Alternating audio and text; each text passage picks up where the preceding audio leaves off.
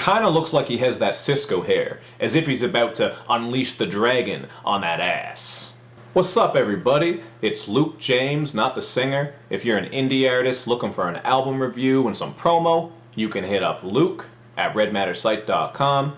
And what I have for you boys and girls today is my review for BJ the Chicago Kid's album, In My Mind. And I was actually looking forward to checking this one out because he has been killing the game for years with his great R&B vocals. He's done a lot of great features, hooks, and he even put out a couple of mixtapes that I didn't really dig into too much, so I was looking forward to peeping his debut album here just to see what type of sounds he was going to bring. And I gotta say, man, he came with a lot of different sounds here. There's songs like Man Down, where it's very grimy and bassy and just hard-hitting, the type of shit you could turn up to in your car. But then he's got some of those more sentimental and minimalistic ballad tracks. I'm talking about tracks like Home, where he reminisces and shows love to Chicago, the song Falling on My Face, where he examines his shortcomings and his flaws, and also the song Still Shine, which is just one of those over-the-top, lovey-dovey tracks that people are going to be able to dry hump to. But he also came through with some of those good old school vibes, which I thought was pretty cool, and he's signed to Motown, so it's only natural that he would do that. There's the song Woman's World, where he's just singing about everything that makes a woman beautiful and special, and it has a 50s and 60s sort of sound to it. And the song Turnin' Me Up has a Marvin Gaye type of vibe. It's just jamming and really, really groovy. And as you might expect, there's all kinds of love, sex, and relationship stuff on here.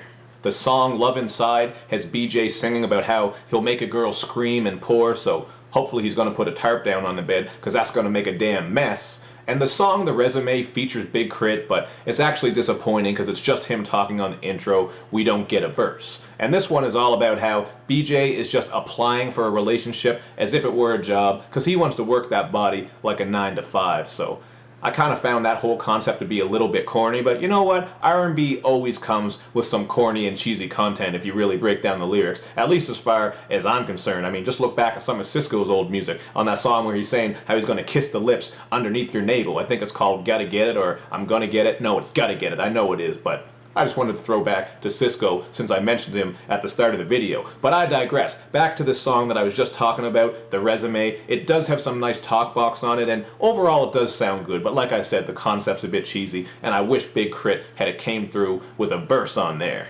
But another thing that's pretty cool about this album is that BJ is not afraid to explore the negative side of relationships as well. On the song Heart Crush, he just paints the picture of a relationship that is falling apart, and it has a little bit of a rock vibe to it, so I thought that one was kind of cool. And on Wait Till the Morning, there's a little bit of a story being told that involves infidelity. So, you know what? He's keeping it real and spitting about how relationships aren't always gravy. And he even comes through with some gospel vibes for the people who are into that. With the song Jeremiah and the World Needs Love, where, you know, he talks about Jeremiah from the Bible and then says, we all need love because God is love, so obviously the whole world needs more God. And you know, that shit to me doesn't really stick because I'm not overly religious, but maybe if you like that, you'll like that more than I did. But this was one of the tracks that I wasn't really into. It's actually 2 tracks in one, Jeremiah and the World Needs Love. Now there's another church-related track on here. Obviously it's called Church, featuring Chance the Rapper, and on this one they juxtapose and compare sex and church, so I thought that was kind of clever and it made for a cool song. But one of my least favorite tracks on here, surprisingly, is the new Cupid featuring Kendrick Lamar. I just thought Kendrick's verse on here was kind of lackluster and dull, and this one samples Raphael Saadiq's song Oh Girl, so when I heard this I just wanted to go back and listen to that song because I really like Raphael Saadiq, so this here didn't really work for me, but I think a lot of people out there were saying they liked this one, so you know what, you might like this more than me. You'll find out when you hear it your damn self. But overall, I think this is a pretty solid album, man. There is a lot of versatility, which works for it, but it also kind of works against it, because I felt like I had to skip through a lot of tracks in order to get to the ones that I liked. And I think it'll be the same for a lot of people, but this is still a great album, and I recommend you check it out, especially if you're looking for some R&B. Because just like BJ says on the song Crazy, which is really bassy and just has a bit of a weird vibe to it, I actually like this one quite a bit. He doesn't give a fuck if people care about what he's doing or not, man. He's going to do things his way, and that's exactly what he did with this one. So check it out for yourself, and then hit me up in the comments section, man. I want to know what you guys think about BJ the Chicago Kid's debut album. And of course, you want to make sure you do all that good YouTube and social media stuff, man, where you like my videos, you share them, you follow me on Twitter, you retweet the videos, and you especially subscribe to my channel. Thank you for watching, everybody. I'll see you next time.